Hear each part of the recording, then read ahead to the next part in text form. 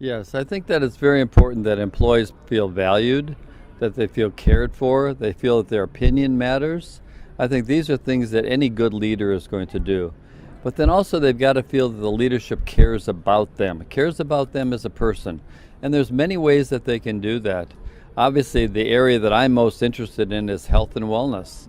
And I've always felt that if a company wants to show that they're really caring about the total health of their organization, offer their employees the program, The 12 Habits of Highly Healthy People.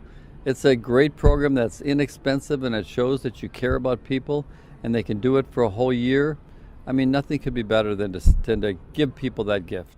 Well, a lot of them are things that you would commonly think of, like physical activity and strength and flexibility and adequate sleep and getting preventative healthcare testing.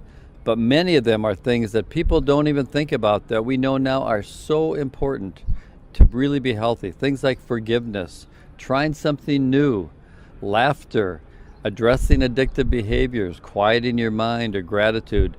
And we don't worry about things like diets and what to eat or being restrictive on feeding. The habit of just portion control, eating more of the healthy foods, less of the unhealthy foods. We try to make things that you can have achievable goals, get real results, and start enjoying life.